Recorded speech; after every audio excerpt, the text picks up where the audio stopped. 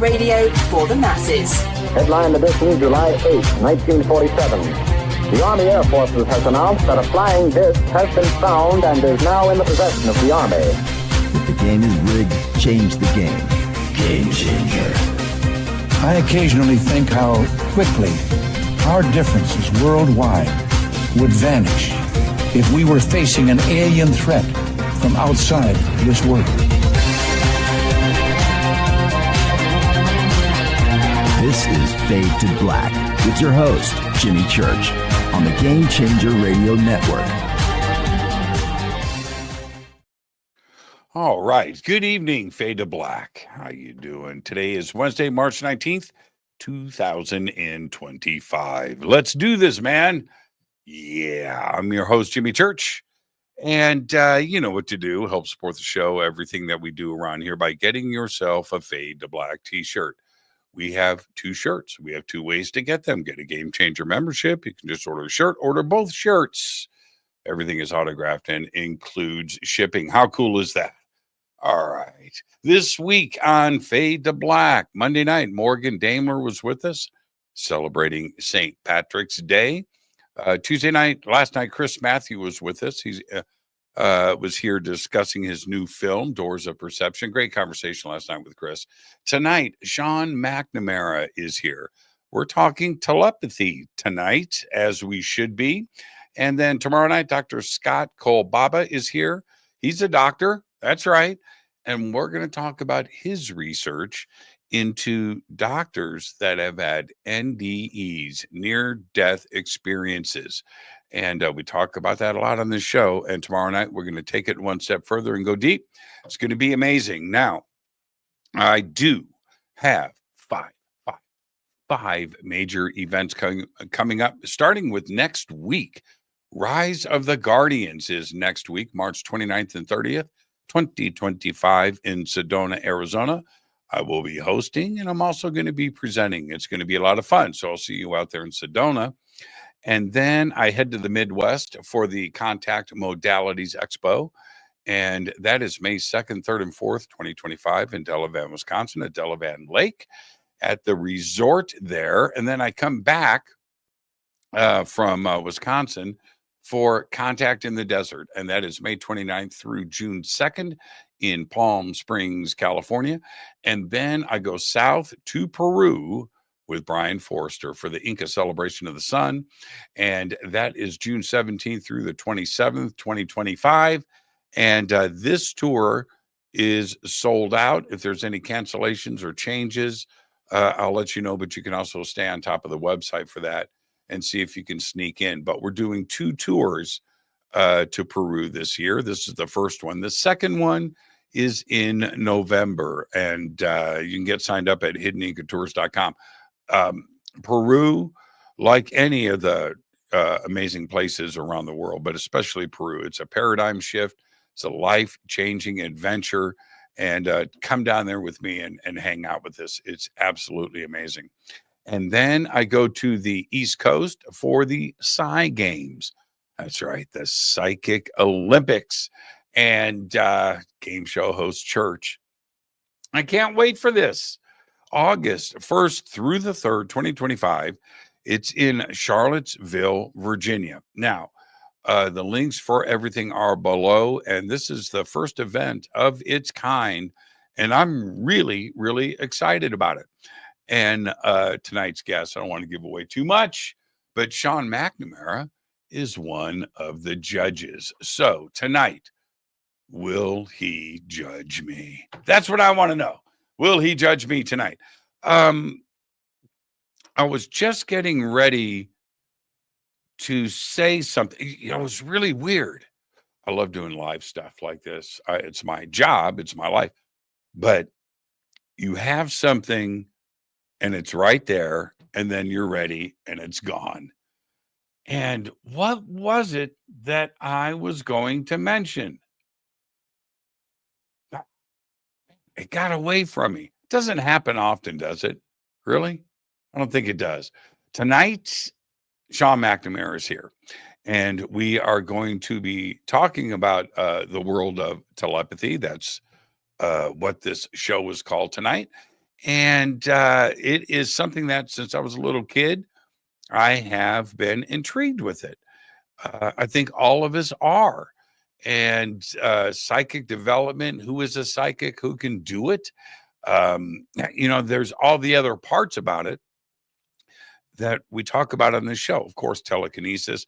I think precog has a lot to do with it too as well. And of course, astral travel and remote viewing, all of these things.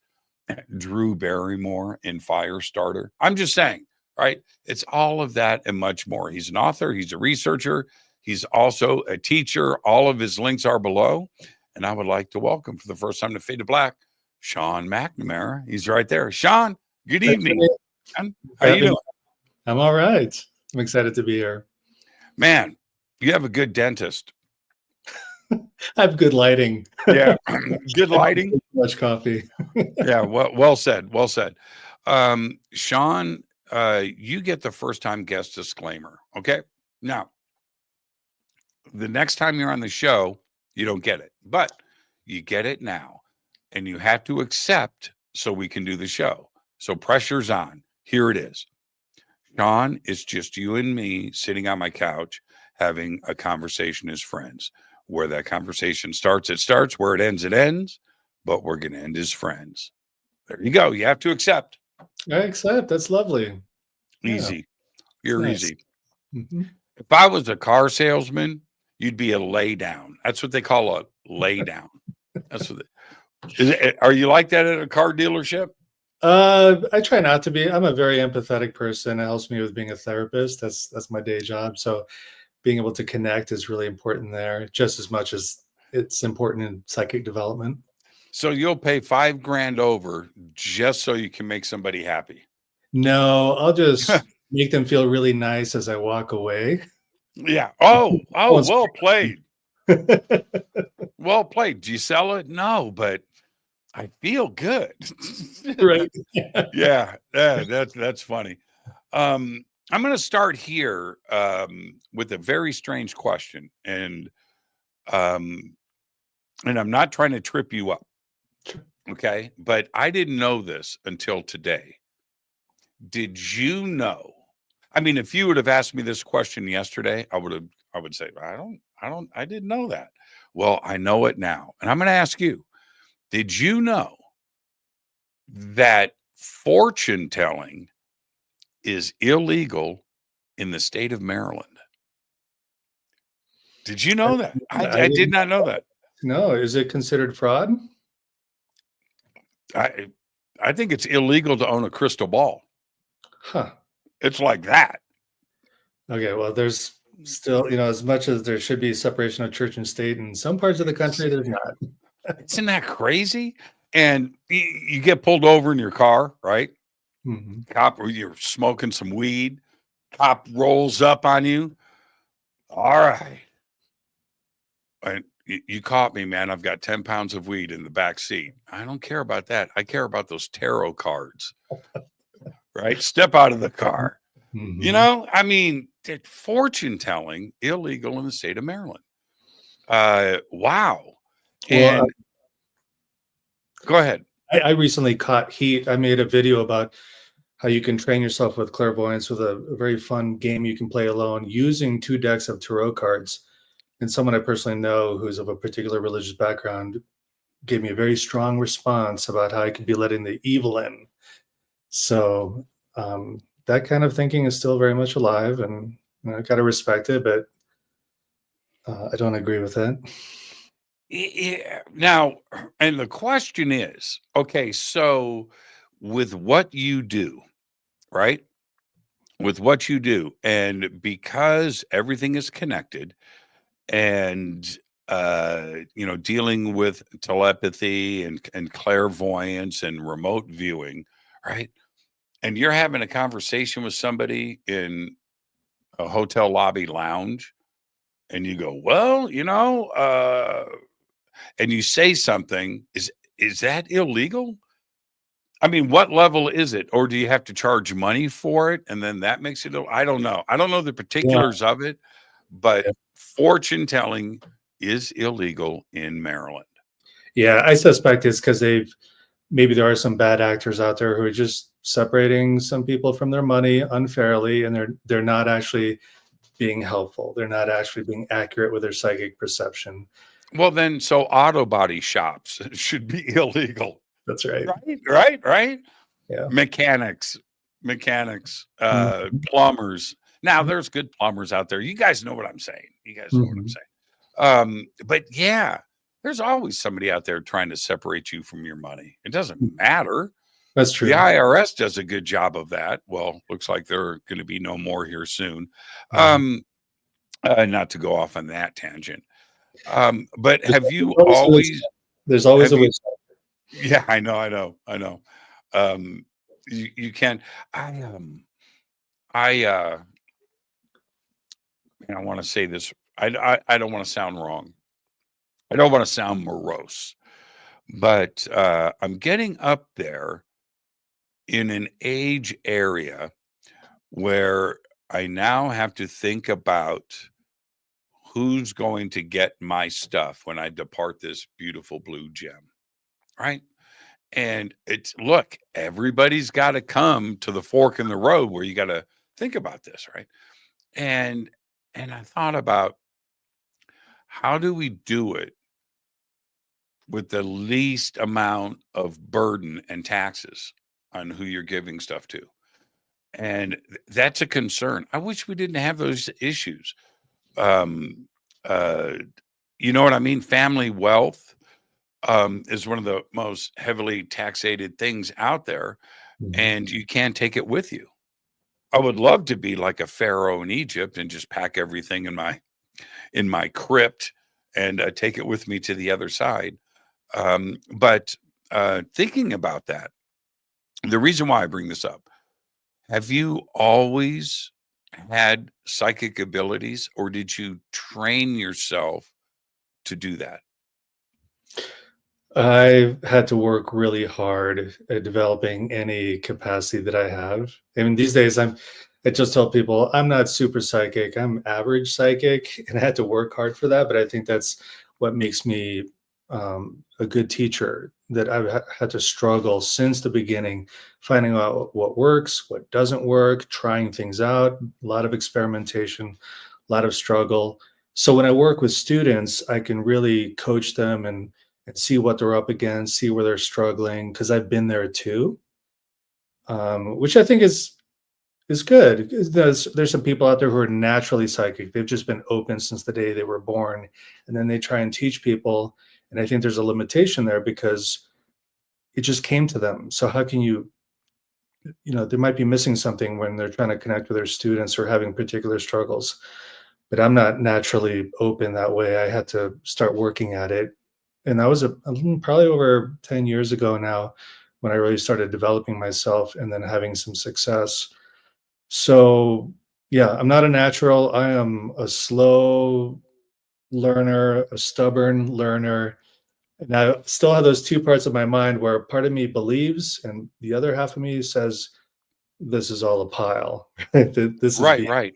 Yeah. Well, that's an honest, healthy way to look at it for sure. How does it work though? Is a remote viewer a psychic, or is a psychic a remote viewer? And that goes with, clairvoyance and everything else that we're talking about here. The ability to have telepathy, does that make you a psychic, or is it underneath an umbrella? And is a psychic all of those things? How does that work? Yeah. And, it's kind of a touchy question. Is a remote viewer psychic, or is a psychic a remote viewer? Because the word psychic has a lot of weight to it. It does. Sure. And there are a lot of remote viewers, especially from 20, 30 years ago, who didn't like that term because it made them seem foolish or like they were like Uri Geller or something. I like Uri's a friend. I like Uri, but that stigma, and then suddenly you've got James Randi, on your butt, trying to discredit you and others out there too as well. Psychic, comes with some baggage. Yeah, it's a stigma label. So they would say, we're not psychic, we're remote viewers, to remove the stigma. But for those who understand the word psychic scientifically or in a neutral way, yes, remote viewers are psychic. Remote viewing is really using clairvoyance with a protocol. So they're using the psychic ability known as clairvoyance, the ability to perceive people, places, and things distant in space and time.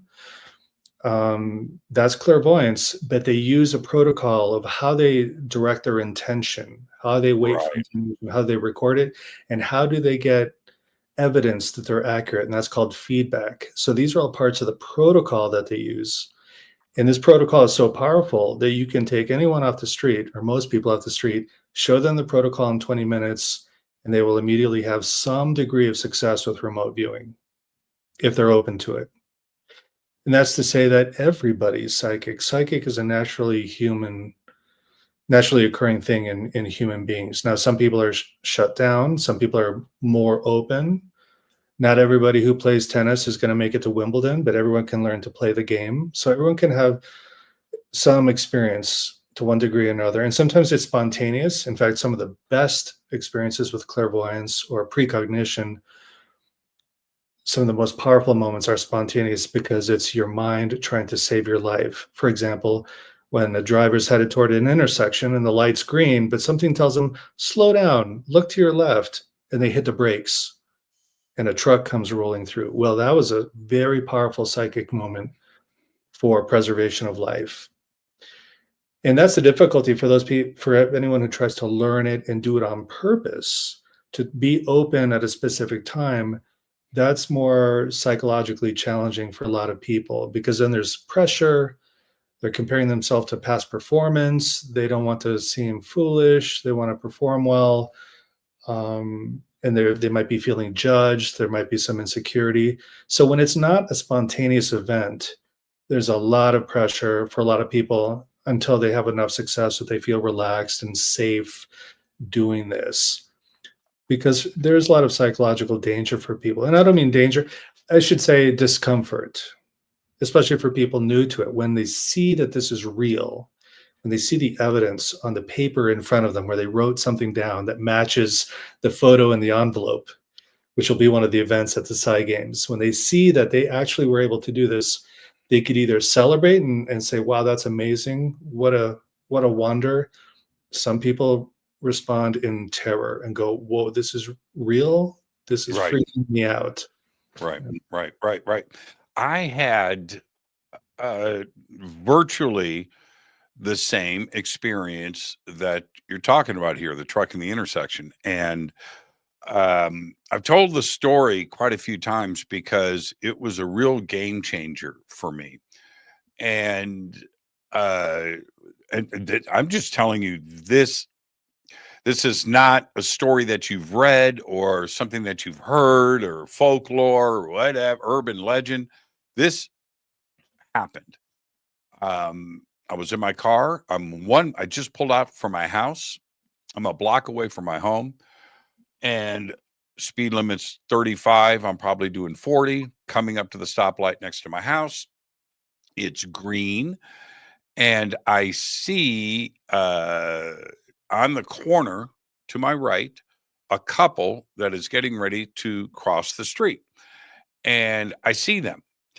And the lady, it was a man and a woman, older couple, she puts her foot in the street like she's going to walk. And I see her. And I hit the brakes. I'm ready if she's going to walk in the crosswalk against the green light, whatever, that I was going to stop. Right.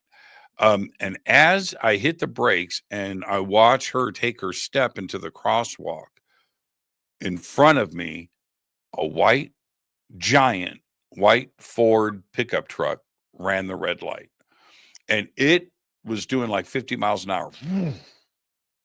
And she steps back on the curb. It all happened, like this, but it seemed like it was in slow motion. She goes back up on the curb. She's aware of what's going on. I fly through the intersection. I look at the back end of the pickup truck. I missed it by I don't know, 10 feet, close for two moving vehicles. And I panicked and I pulled over and I thought about that. I almost died. And then I thought, that lady saved me. Wow. And if I hadn't have seen her, right, this whole chain of events, it would have ended differently. That is divine intervention. I just don't, there isn't another way to look at it than that. What if I didn't see her? Mm-hmm. Yeah, She's not going something to walk. drew your attention to her. Something said, look at her. This is important. Notice 100%. 100%. 100%. It changed me. It changed me. I'm always looking for little things like that to show me that the world is not what it seems. Well, what's interesting in this very moment is the story you just told is powerful. It's moving. It brought up emotion in me hearing about your experience, and I know it was emotional for you. And there's this thing about retrocausation, because the example I used right before you told your story was about surviving or avoiding a car accident at an intersection. And so the question is, did I just come up with that example for what reason? Or did I use that example because the story you told sent a signal back in time to me and queued that up in my consciousness? Yeah. Well, as you were saying the story, it wasn't quite deja vu, right? But I'm like, okay, this is weird. Yeah, this is bizarre. You said everything but white Ford pickup truck, and that would have been. But yeah, now we were just talking about the psychic umbrella, and we'll get back to that. But is this all a version of a deja vu experience, and what is behind that? That all of this, is connected in some way? I think it could very much be related to the deja vu experience, that on some level, we're tapped into all space and time, all the time. Right. And so our brain is a filter. And so I'm speaking hypothetically, but I think there's a lot of evidence coming up to say that could be true, that the brain filters out most of the information we're picking up so that we can operate here in this three-dimensional reality, 4 dimensions with time. So we have space and time here on planet Earth in these little skin suits. We can't handle all the information about reality, including past or future and the past. So the brain has to really pick out what's unnecessary to be more efficient and keep us focused here, because we're meant to have this life while we have it. But our consciousness on a fundamental level is spread out eternally. Again, speaking hypothetically. And maybe when the filter of our brain has called a brain fart or a little gap or an opening, it lets in more information just for a brief second. And we're already automatically linked in with something we're going to see or something we saw in the past, maybe even a different version of this life that's potentially active somewhere else in the universe.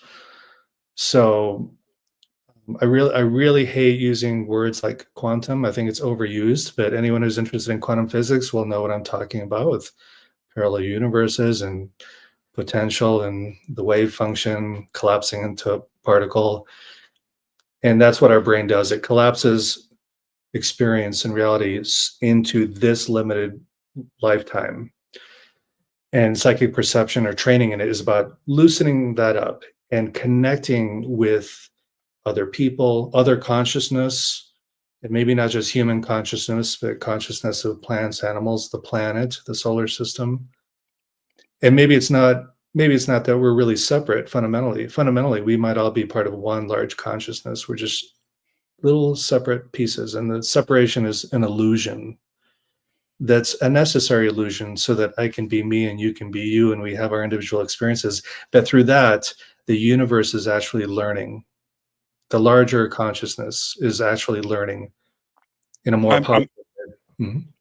I'm going to change the name of the show, by the way. It's going to be called starting tomorrow. All quantum, all the time, forever. Man, isn't it funny? New quantum chicken nuggets. You know Right. what? It's just like It's like what the word Zen was in the 80s and 90s. You know, you just use it for everything. right, Yeah. right. And yeah, I got a new bathroom rug, a runner, right?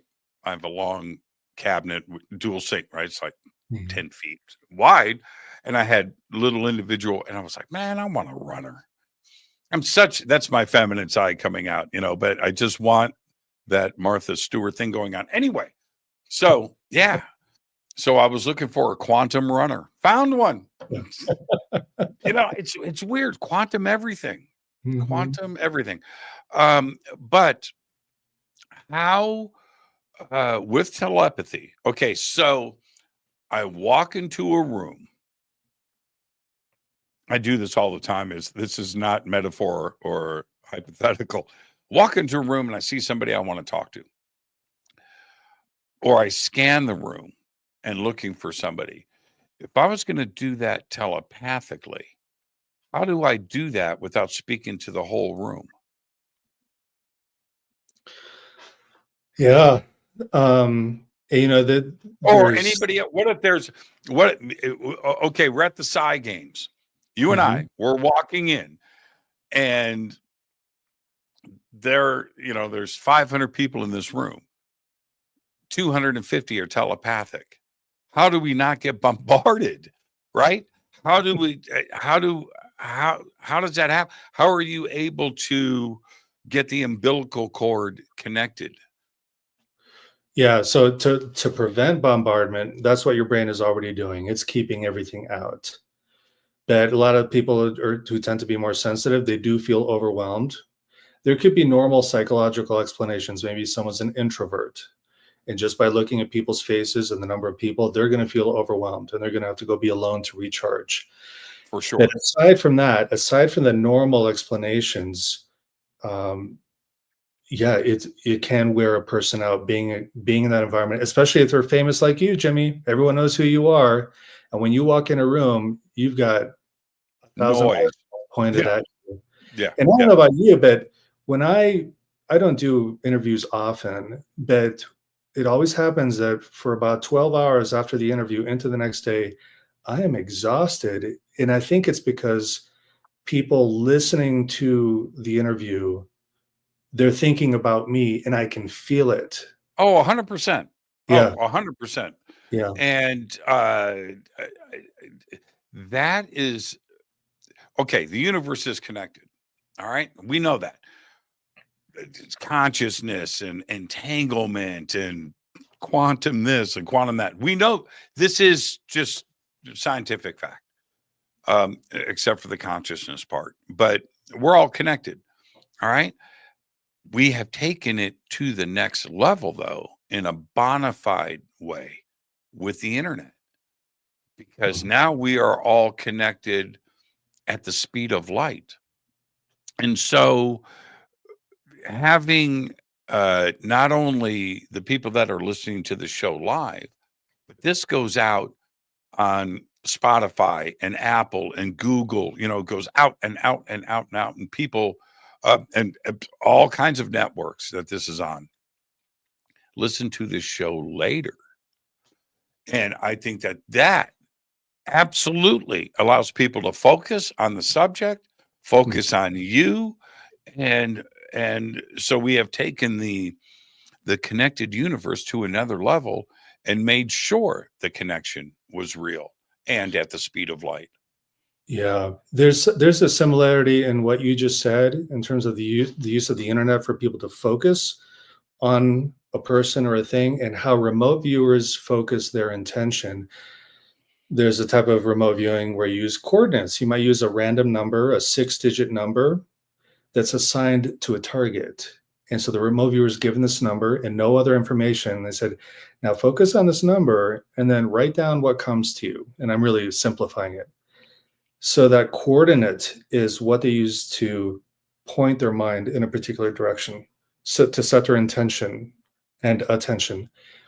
And your podcast is a coordinate. This episode is a coordinate to tap into on March 19th, right? So there's coordinates all over the place because of the internet. People's consciousnesses are being directed, and that's a deeper conversation. Like, are we being forced to pay attention to things that we would normally choose not to? Are we being co-opted? Because there's so many things drawing our attention instead of us actually choosing, I will pay attention to this and this, that being okay. So I'm going to cut you off because I don't want this thought to get away from me. Yeah. You said something profound. The coordinates that you're talking about aren't longitude and latitude necessarily. You're saying that if I have a photograph of the Taj Mahal and I write a 6-digit number on that photograph of the Taj Mahal, that 6-digit number is the coordinate that you're referring to. Yes. Wow, and that's so crazy. You just give so that. That's how it's okay. Yeah, you give that number to someone sitting anywhere in the world and say, focus on that. That's your coordinate. What are you picking up? Or an object. Okay, so can I do that with you right now? No. Yeah, can I do that with you? No, let's have fun with this. No, I'll give you a coordinate. I'll set the target and give you the coordinate. No, hold on. I'm not the professional. Okay. All right. Okay. You ready? Okay. I'm one of those people that's really sensitive to pressure, so I'm probably going to bomb this. Okay. No. Now, this is going to be interesting. It's going to be fun. Okay. I just took a Sharpie and I wrote 151515 on something. Mm-hmm. Okay. On an object? Yep. That object is the target? Mm-hmm. Okay, so I have to tell you that I think I saw you pull the object over on screen. Impossible. Okay. Maybe it's just what you wrote on. There's like a yellow reddish card thing. Nope. Okay. I don't know what I saw then. Okay, so the object. No, I almost really. Did you just say that? Because I almost wrote it on this. I think that's what I saw. I almost wrote it on that, but I didn't. No, you didn't see this. This is sitting over here, but I thought about it. I thought I saw you reach over. No. Okay, let's get back to it. 151515. Okay. It's an object.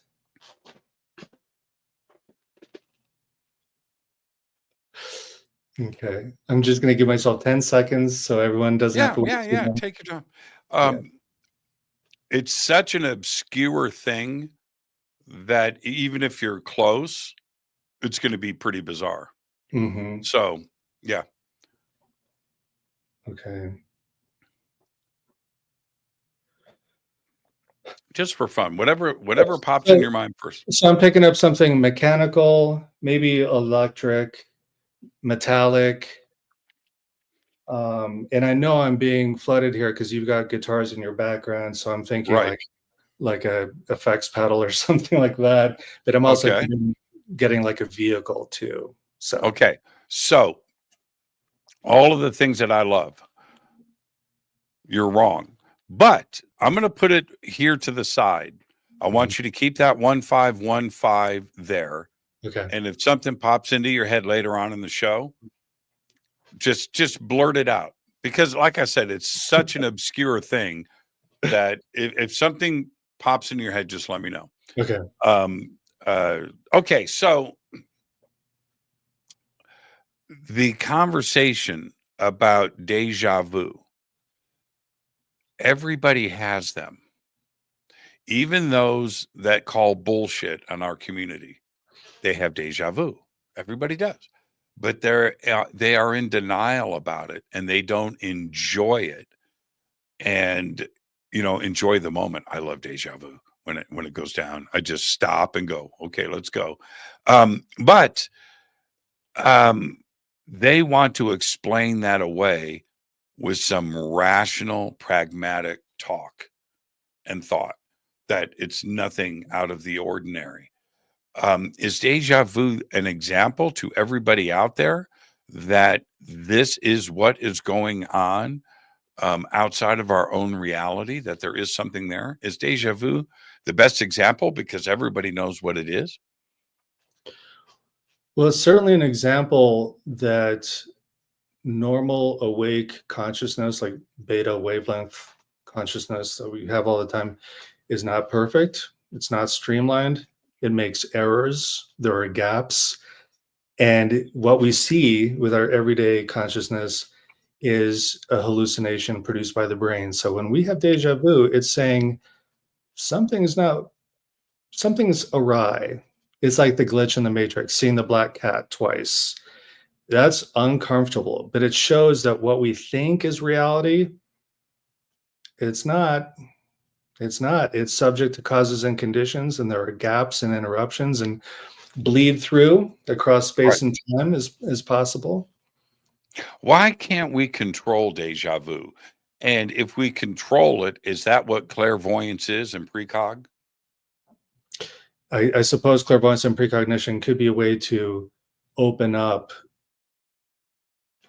that thing that opens up when deja vu occurs, as long as deja vu is not actually just a glitch in brain matter. But Right.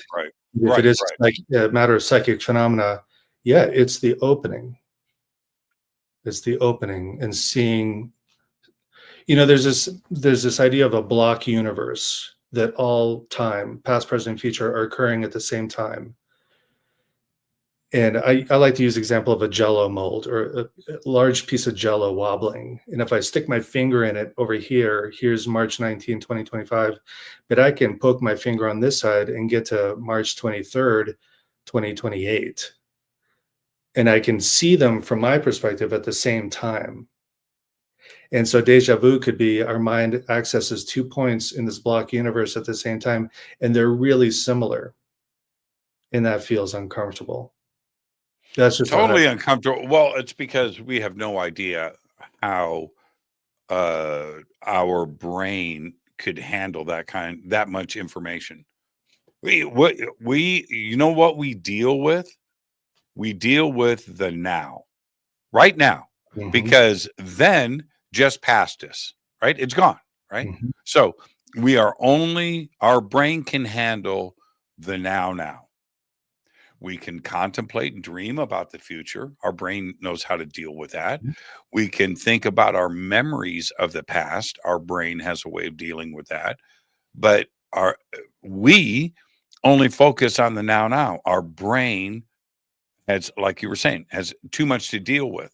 So it's always dealing. Can you imagine if you had access to everything in the front and back, the top and bottom?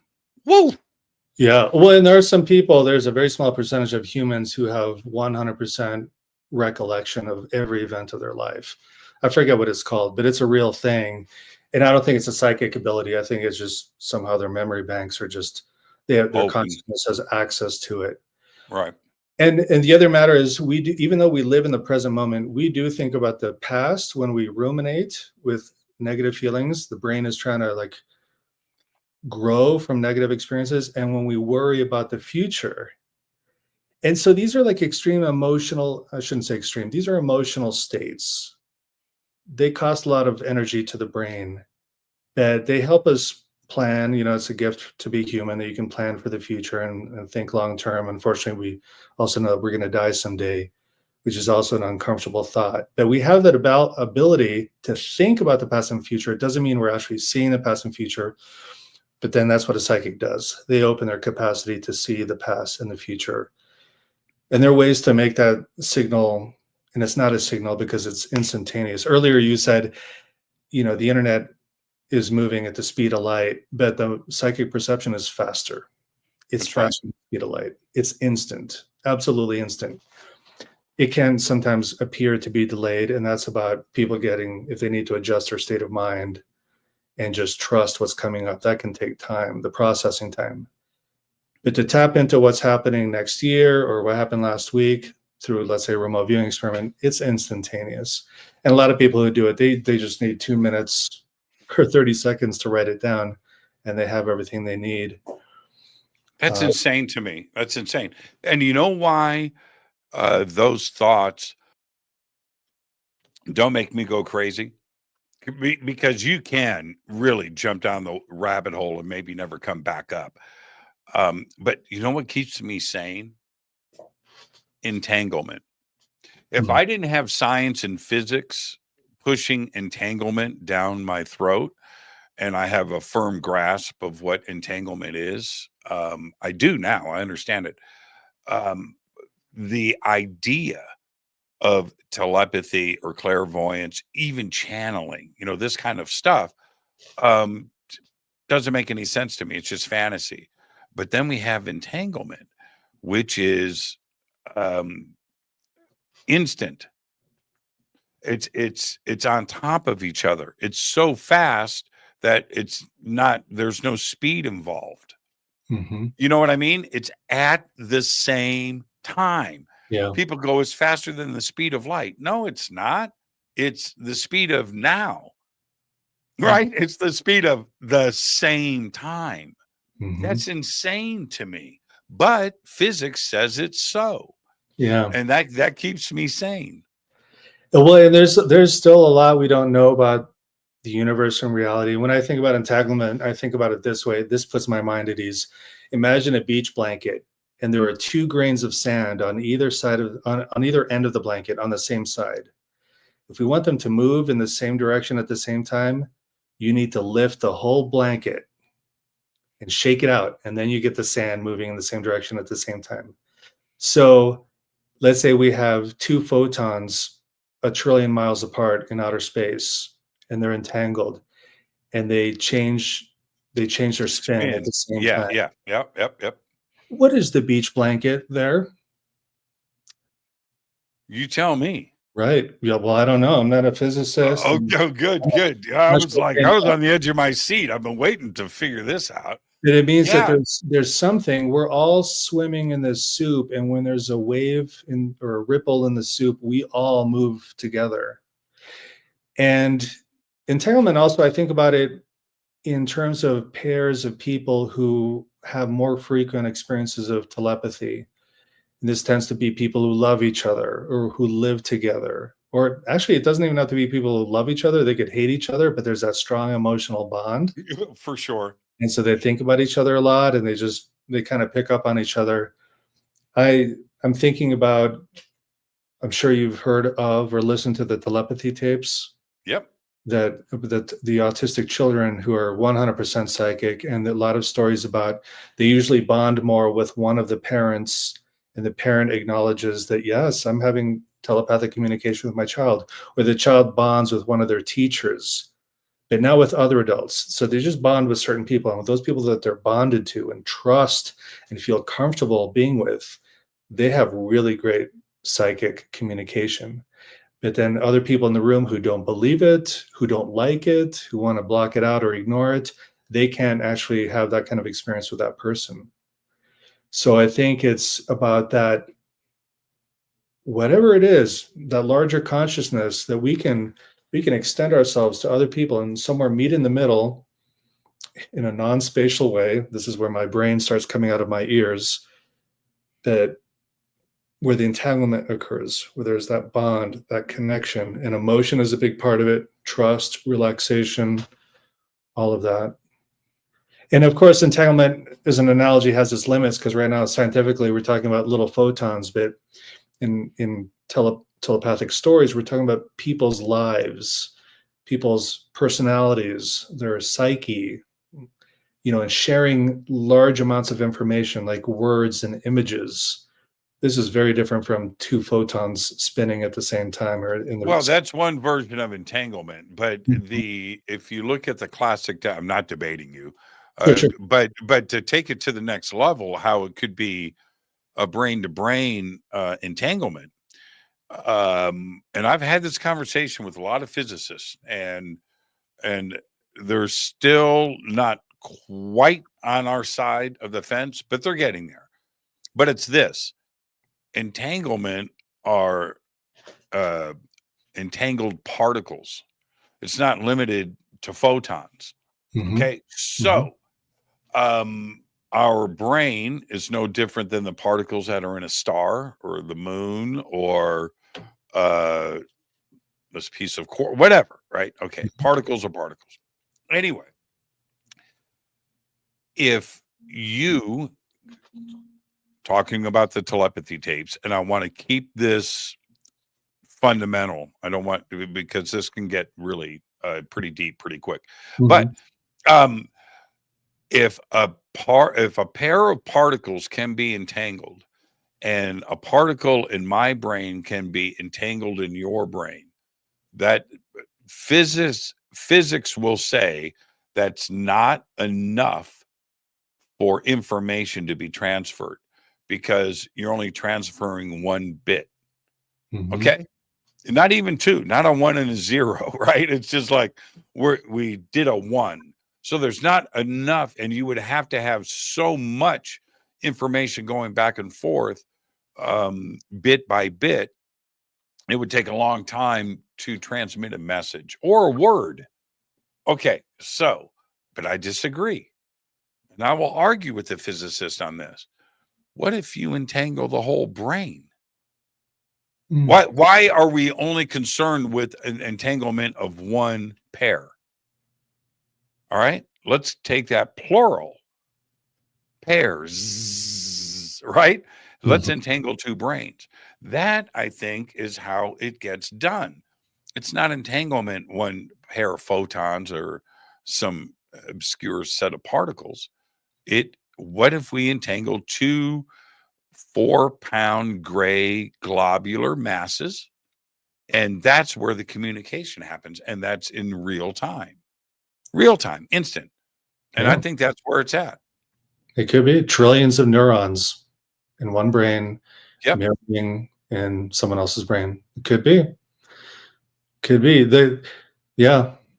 And then again, we come back to the question, what's the beach blanket though? Because if there's no signal that they're entangled, they're affecting each other immediately, how does that work? What is the beach blanket? Yeah, the beach blanket, that's such a great question. Okay. Normally I'm asking the questions, but you're asking the big question right now. So I'm going to answer it. Okay. The ideas behind entanglement, the theoretical part about a particle on the other side of the universe and a particle here can be entangled and have causality between the two instantaneously at the same time. Okay, but that's theoretical. We don't have anybody on the other side of the universe testing this. Not yet. All right. But how do they get entangled in the first place? Do they touch and then they're separated? Is that what causes the entanglement? It's a transference of something. Consciousness could be, but is that it? Do the entangled pairs have to be in close physical proximity and then separated? Because the Chinese did a bunch of experiments to prove this, and they're entangling pairs, out into space. And I'm asking myself now, the experiments were repeated, and most have accepted that we've done entanglement close, but this far stuff, but there's nobody on the receiving end. And if you are on the receiving end, right? Okay. And you're on your phone and you're watching the experiment, and they're on the other side of the earth, and right. And you want to see, by the time you say the words, the pairs are entangled and it goes back at the speed of light, right? The experiment doesn't count, because it's your response is slower. You can't see the verification at real time. Do you follow what I'm saying? Because that's happening at the same time. So it invalid, unless you're in the same room watching it.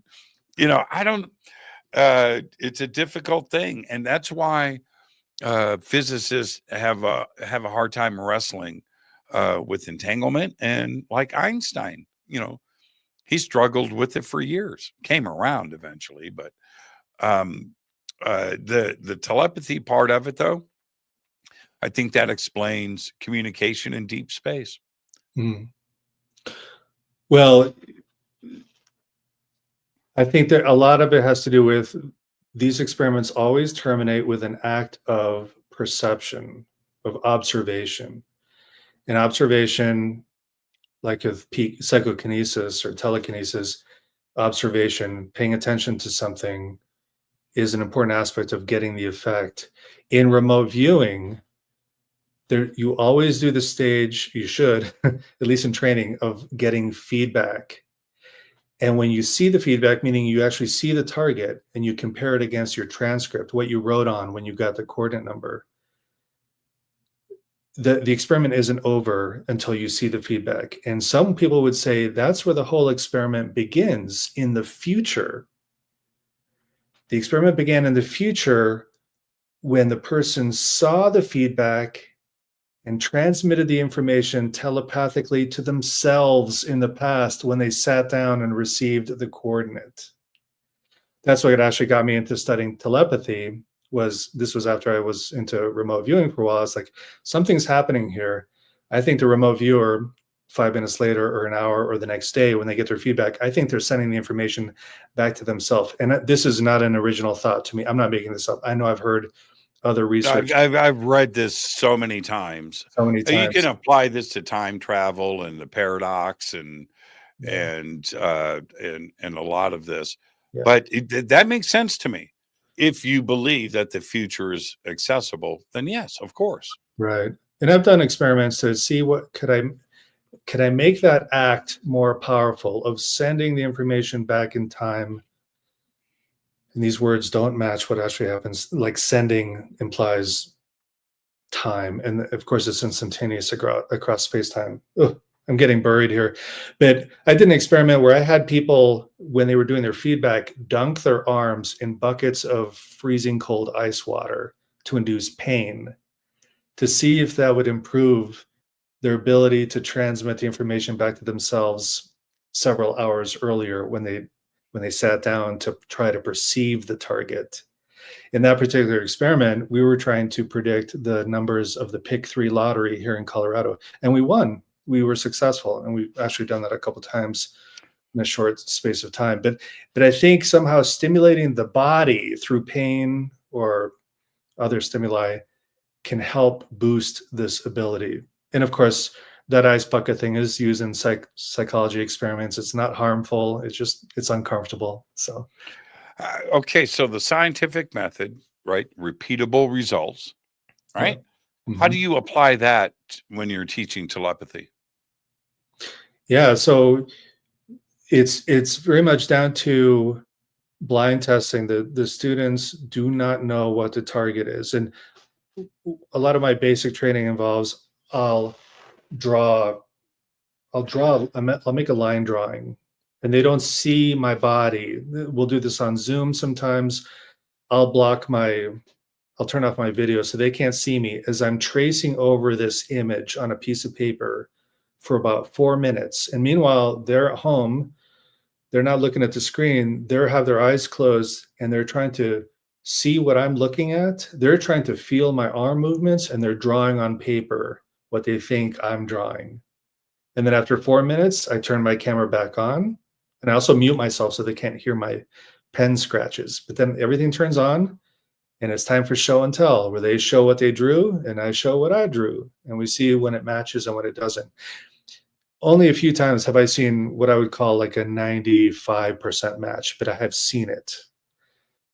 That people tend to generally pick up significant aspects, and it could be a drawing of anything in the universe. They have no idea. Mm-hmm. But they're drawing things that are part of this image. What was the object that was matched at 95%? Just curious. Yeah, one of them was, a comb, like a men's plastic comb. Uh-huh. That was one of the targets that they drew exactly a comb. Really? I'll tell you. That's kind of an out there object. Yeah, I would say that's yeah, okay. Yeah. Hmm. Another one is a radio tower, which is really interesting. It was a line drawing of a radio tower, one of those like 200-foot tall metal towers, and it had curves at the top indicating radio signals moving out. That target, I've used this several times with different students, and everyone does great with that one. And I don't know if it's because of the analogy of transmission of information or Could what. be, could be, could be. Symbols are powerful. Symbols pack a wallop in our consciousness. So the symbol of a radio tower is a great practice target. Here's a better one. I did a group experiment where someone was standing at a whiteboard with their back to, I'll just call it their team, about 10 people, all looking at the same target and trying to send it to the receiver standing in the front of the room. The target was a picture of a bowling ball and 3 bowling pins. And the person at the front of the room starts drawing what sort of starts to look like a bowling pin a little bit. But then they start drawing a ball and then a lot of lines indicating movement and something that indicated crashing sound. And when the experiment was over, he said, "Good job. The target was a bowling ball and 3 bowling pins, and you drew something." And one of the people who was sending the information said, "I decided to focus on the image of a bowling ball streaming down the lane and smashing into all the pins. And I just kept thinking that the smashing, the speed, the movement, and that's what this person picked up. And that's what they were trying to draw with their pen strokes. And they validated words. Yeah. So we can have choice in what we're sending to someone. And we try different things, emotions and movement and color, all sorts of stuff. I my entire life I've been fascinated with this, and I'm not saying this in just some facetious way.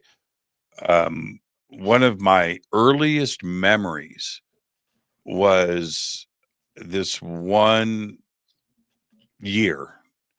I was in 3rd grade. Okay, 3rd grade. So however old I was, 1970 or 71 in there. I'm in 3rd grade. And I would watch my mom every single night. I didn't know what she was doing, but she would have a ream of paper and she would sit down. I'm going to bed, right? I've got school in the morning, but I would watch her sit down at the dining room table with a ream of paper and a pen. And in the morning, that ream of paper was flipped over and messy. Pen is still there. And I watched this happen, just like every night. Finally, I go up to my mom and I said, "What are you doing?" And she goes, "Automatic writing." Oh, okay. And so I don't know what that is, but she tells me it's automatic writing. And then I watched her. I came back in, I was like watching TV or something. I went back and I was watching her from the hallway. And she was looking up at the ceiling like this, writing on a piece of paper. And then would take the paper, never look down, flipped it over, would continue writing, looking at the thing and flipping it over. I go to bed. I woke up in the morning the next day. I went in and all of those pages, how much in a ream of paper, 500 pages or whatever, everyone written on. I was blown away. And I never quite quizzed her like I should have. Like, why are you looking at the ceiling? Where's this coming from? What are you writing? I did ask her once though, about that. What are you writing about? And she said, "I don't know." I said, "Do you read it?" She said, "No." Isn't that interesting? Mm-hmm. Yeah. Now, she told me that when I was 5 or 6 years old. No, 5 is kindergarten. So I was probably 8. It was 3rd grade because I remember the house. But I never asked my mom about that as an adult. I should have gone back and quizzed her. She never told you what role it served for her to do that exercise? I watched her do, Sean, all of the crazy stuff, but I thought it was normal. Mm-hmm. Ouija boards, I just thought all of that stuff was just like normal. Mm-hmm. I just never really gave it much thought. And I'm glad that I witnessed that and went through it, because she took me to go see. I'm not the only person with this story. There are millions of people that tell this story, but she took me to see Chariots of the Gods when the movie came out. Man, I was this tall. I was a little kid. But that's how cool she was. She gave me the book, Chariots of the Gods. And again, I was in 4th grade.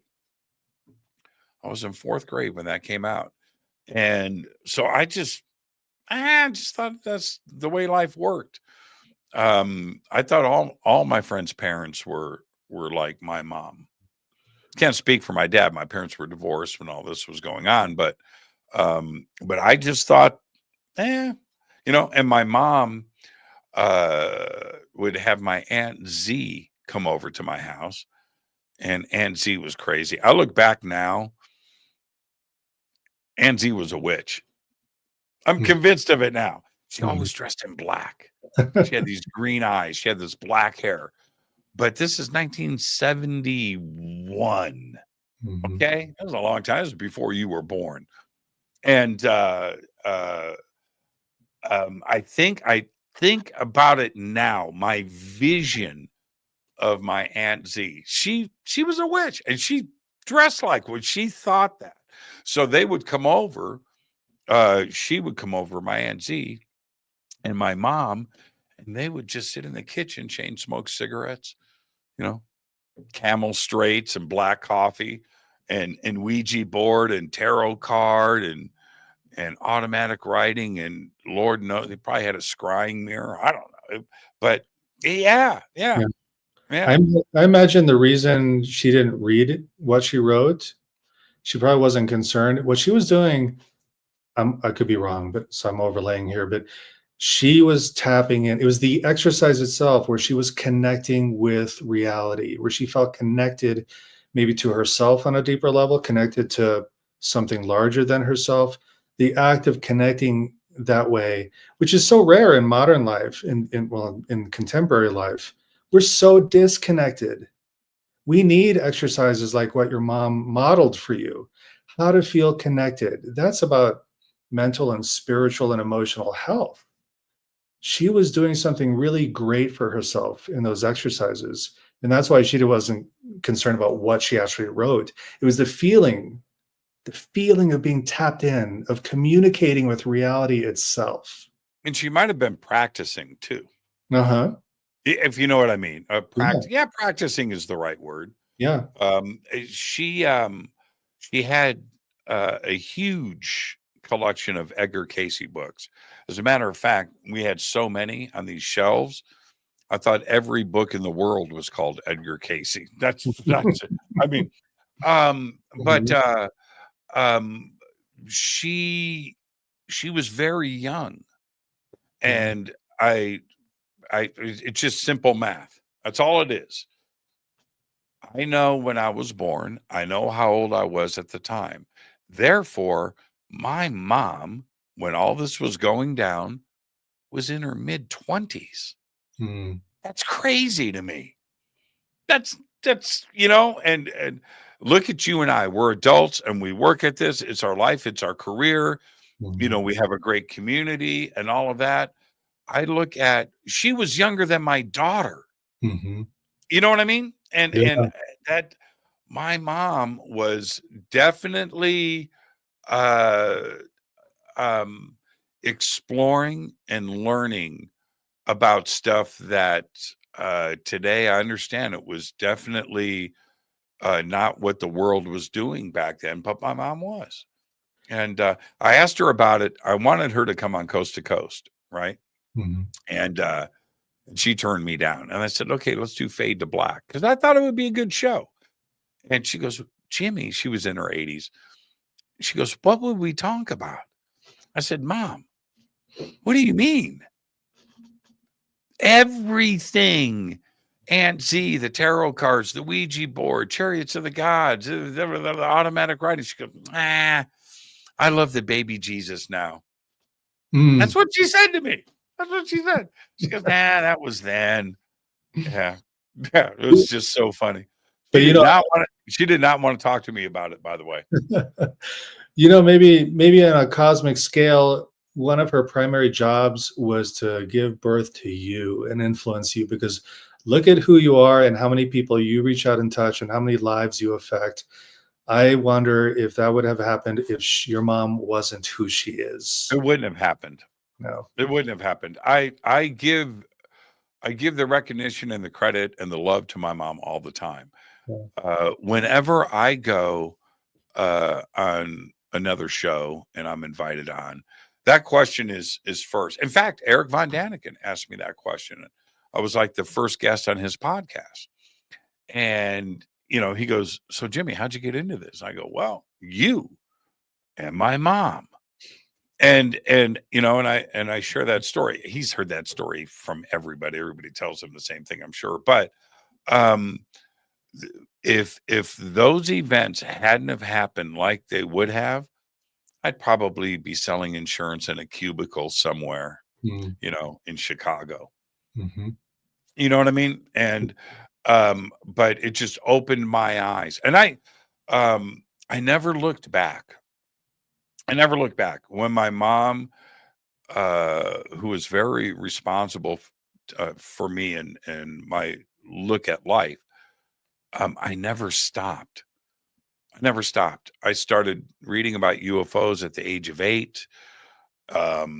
And that includes Edgar Cayce and Life After Death and everything else that I could find. Do you remember, God, this is probably, 72-ish, 73. I can't remember what they were called, but Time Life came out with a set of books about the supernatural. Yeah, I had that. Yeah. Yeah. So my neighbors got it, and I read them all. Mm-hmm. Yeah. They had commercials about that on TV. So what was that book series called? I don't remember, but it had I think the Loch Ness Monster and Bigfoot. UFOs, telepathy, near-death experiences. They had a volume on each one. Mm-hmm. Who was that psychic? Dixon. What was her name?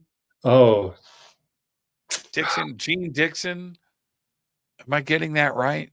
I don't remember. She was like the psychic to Reagan. Right.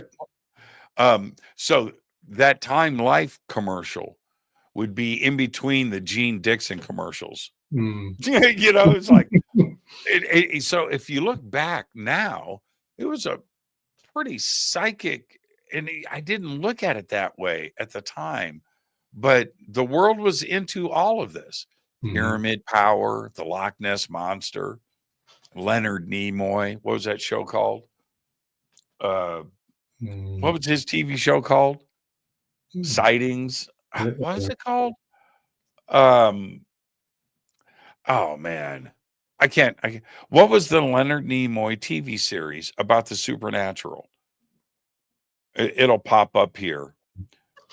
In Search Of. Oh, did you watch that? Yeah. I loved all of this stuff. You can hear his voice as you say his name. He was perfect. Man. Those were the days. All right, let's take our break. Our guest tonight, Sean McNamara. Tonight, we are talking about telekinesis and everything underneath it. Remote viewing, right? Of course, telepathy and lucid dreaming. We're going to get into some of that next. I'm your host, Jimmy Church. This is Fate.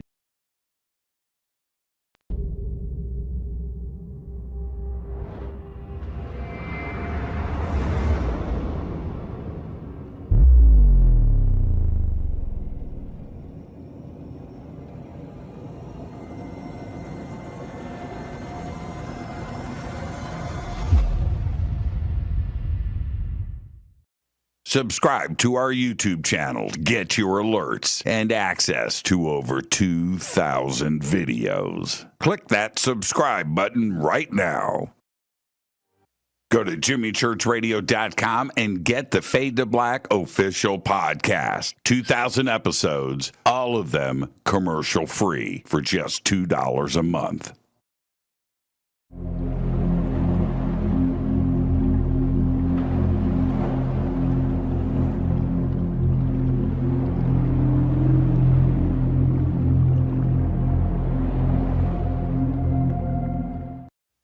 Watch Into the Vortex on Gaia TV. It's fade to black for the screen. Simple to do. Go to Gaia.com, search Jimmy Church, or click on the link below. Follow Fade to Black on Twitter at JChurchRadio. Get all of the show updates every single day. It's now called X, but who cares? How you doing? Jimmy Church here. Special announcement. Get your Fade to Black t-shirts. That's right. Help support the show. Help support everything that we do over here. We've got 2 t-shirts. We've got 2 ways to get them. Get your Fade to Black t-shirt today. Go Beckley Teppy. Go to jimmychurchradio.com and become a Fadernaut. Get a membership. That's right. Everything is commercial free. You have access to downloads, and you get to call yourself a Fadernaut.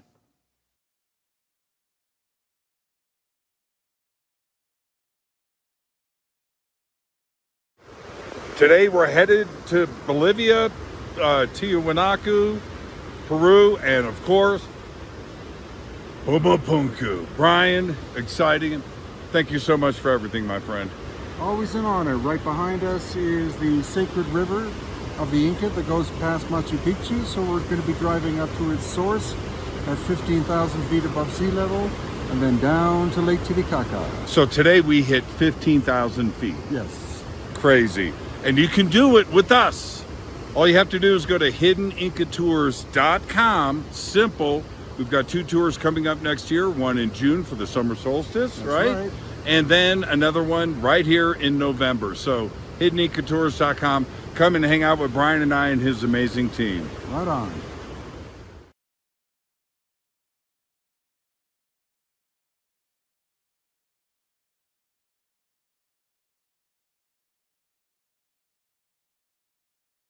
River Moon Coffee, makers of the Fade to Black blend. Truly the best coffee on planet Earth. Just visit rivermoonwellness.com or their Amazon store. It's all simple to do. You can check out the Fade to Black blend, the Game Changer blend, or any of their Black Moon Wellness products. It's the only coffee I drink. It is the best, and it's Doc. Again, rivermoonwellness.com.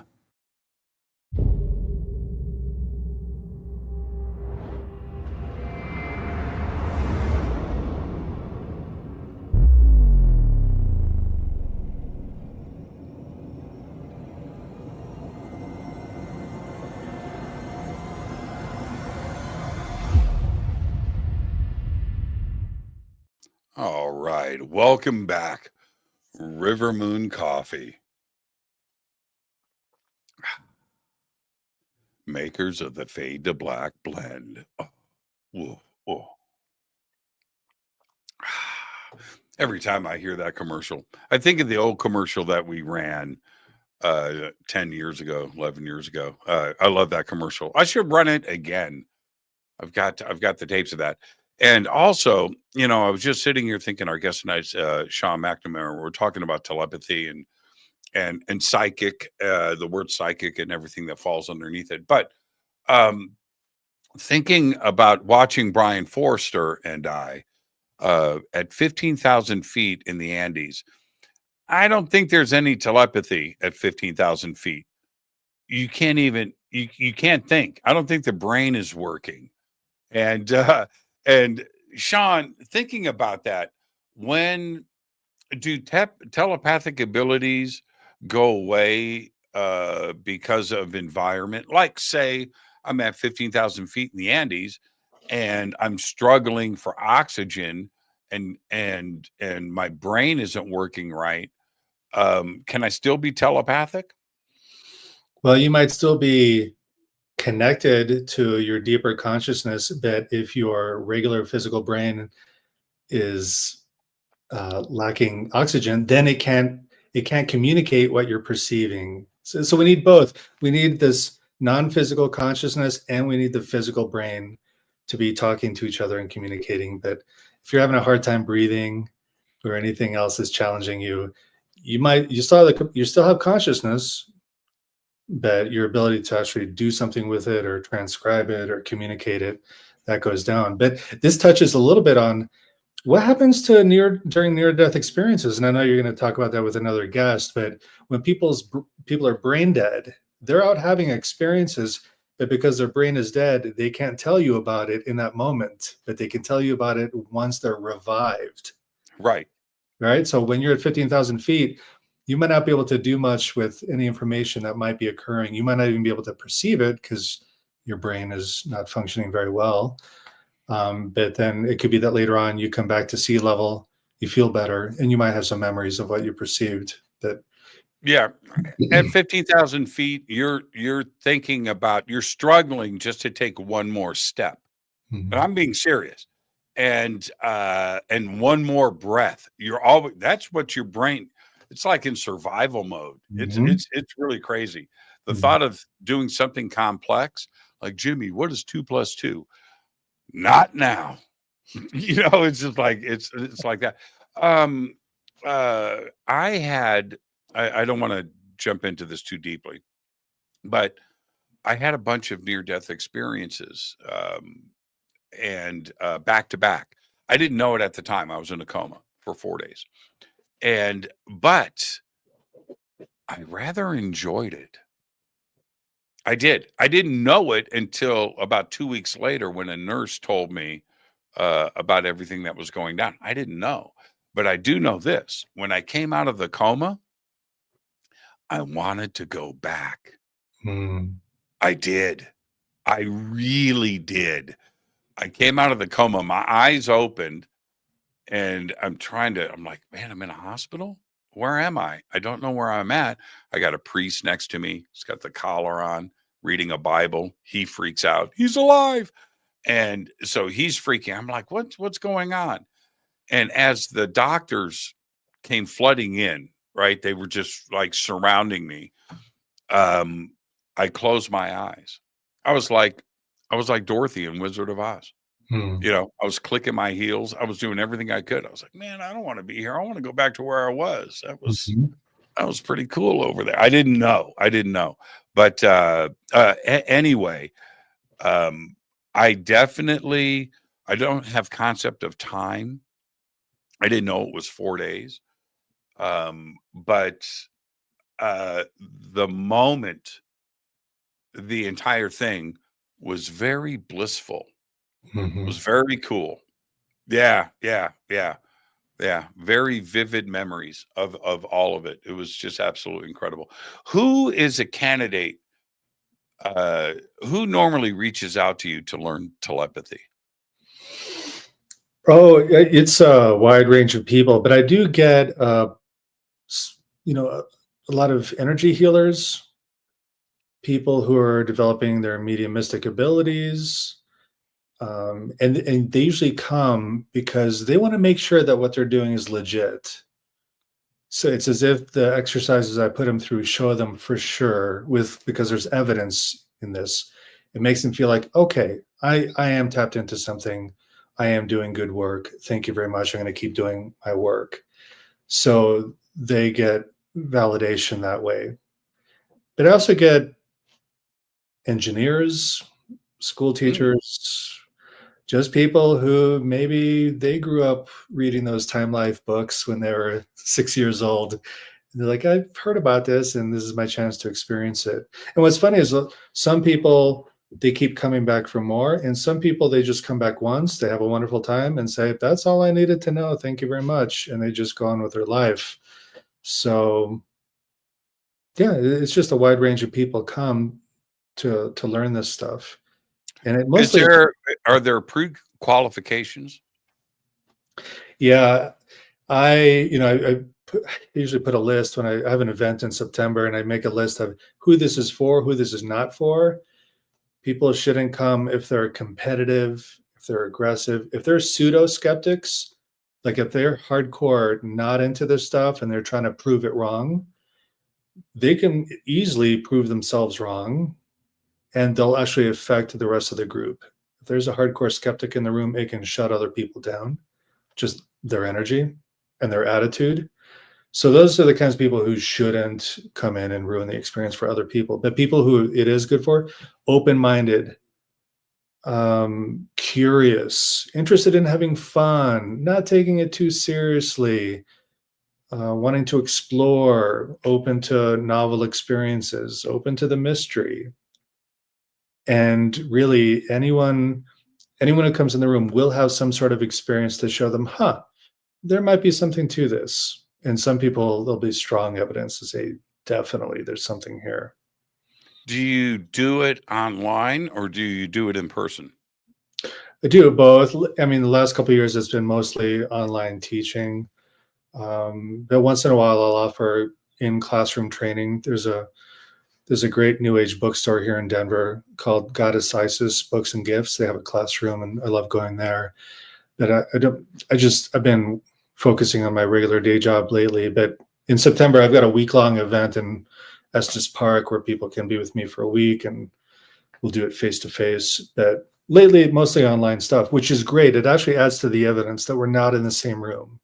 That someone could be in France, and I'm looking at an image, drawing it over and over. My screen is off, and she draws significantly similar images on her piece of paper in France or South Africa or Australia. It doesn't matter. The distance does not matter, which is really wonderful to see. And that's the gift of doing this teaching like online. I going back to the point of the power of the internet and how it does tend to connect people. I think that has a lot to do with it, and a lot to do with accelerating the experience, because you could have it without the internet. It's always been there before the internet, but the internet, like I said earlier, it solidifies things. There is now a direct connection subconsciously to somebody that's on the other side of the world. And I would think that would definitely accelerate the experience. The same thing with meditation online. If you're doing an online meditation with 10, 20, 30,000 people around the world at the same time, mass meditation already is a powerful tool, right? It is. You get 2, 3, 4, 5,000 people in front of you. And I've done this, with literally, 5,000 people at the same time right in front of me. That is a lot of consciousness that is focused. It's powerful. Now take that to another level where you've got people around the world. Yeah, you're going to affect change. There needs to be some kind of meter out there, some kind of psychic meter that you can watch, like, a Richter scale, right? You know what I mean? And you're sitting there monitoring and you see it suddenly go, what? Whoa, something's going on. It's that meditation in New York. There is something like that in existence. The Global Consciousness Project. Have you heard of them? No. They have these eggs. It's really random number generators placed around the globe measuring consciousness. So when the eggs register non-random data, which should be random all the time because of random number generators, consciousness is affecting them to become non-random. And people can Google Global Consciousness Project. During 9/11, there was an effect. I can't remember the historical events, but during major events where everyone around the world was noticing, these random number generators became non-random. So everyone noticing affected these generators around the globe. I don't know if they're still monitoring. They might be. People could just Google Global Consciousness Project and random number generator, and they'll see what's going on these days.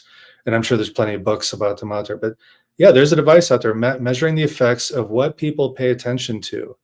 I don't know if they've done a measurement about mass meditation events. Maybe they have. But if people look at the book, The Power of Eight, that talks about people gathering to meditate together with intention to heal or change crime rates in certain cities or reduce warfare. And there wasn't noticeable effect. Well, that's interesting. Well, I knew about the random number generator, and I forget the guy's name that wrote the software for it, but that doesn't matter. Watching those patterns change. And I've got a few friends that work in that field, and Adam Curry's one of them. Adam Curry is great, and he's going to be at the Sigh Games as well. Now, real quick, you're going to be a judge. Mhm. Now, are you a judge for every category or for one specific? I don't know yet. I don't think that's been decided. I hope I'm a judge for everyone because I know I'm going to learn a lot. I'm going to have a lot of fun, and I think, I know who's some of the other judges. These are all great people. They're all supportive. So the word judge is pretty heavy-handed, might make people uncomfortable, but we're there to watch and support, but also take a scientific approach. So I remember one event there's a picture in an envelope. So why don't you draw what you think is in the envelope? And then it'll be up to the judges to compare the target to the transcript and say, what do we see? Does it look like a match or not, or close enough? And there's a lot of room for interpretation sometimes. So it's good to have a team of judges to really bounce ideas off of each other. There needs to be one judge needs to be a dick. They're always, yes. You got to have one of those. Yeah. You just. Otherwise, we'll all lay down. It'll be too easy. So. Yeah. You all can't be winners, man. Right. Yeah. But here's the other thing. You're on a slippery slope because those contestants are there because of a personal journey. Mm-hmm. And the investment of their lives and everything else, and their focus on it. And you have to be gentle. Mm-hmm. But I wouldn't be as a judge. I would just go, well, that was bullshit. But the people in this community are so wonderful, but they're here for deeply, deeply, deeply personal reasons. Things that they don't even talk to their spouses about, or their kids, or their friends. Maybe they do some, and it's a different world today. But you know what I'm saying? And you just don't want somebody to break down in tears. Right. I review this as as sacred work. When I teach a class, for me, it's a sacred event. I think the Sigh Games, it sounds like sporty, like Psychic Olympics. To me, this is also a sacred event. It's highly personable. It demands the highest respect and tenderness of care, and to really be careful with people, be respectful. I'm repeating myself now, but that's how I view it. This is about, I don't normally use the word soul, but this is like soul work. This is about something very deep. When someone does, let's say, a telepathy or a clairvoyance or remote viewing test, they're drawing on paper the deepest aspect of their soul. They're showing you what came to them so deep that it's non-physical. That's like walking into a room naked for everyone to see you. That's how delicate this is and how sacred it is. Yeah, like I said. So, but everybody can't be winners. No, some people are better than others. Yeah, some people are, sometimes you got to tap out. Yeah. And but I think that we're going to see some great moments there, and I hope that we see great moments all day long, all weekend long. And I think that the media should pay attention to this event. If I was running the local news there in Virginia, or even a national network, I would go, what if something crazy goes down, and starts to prove to the rest of the world that we should focus on this more than we do. Well, it's a double-edged sword, though, asking the media to be there. I'll tell you why. It could help the cause of spreading this information. It could damage some people's experience, and here's why. This happened to me.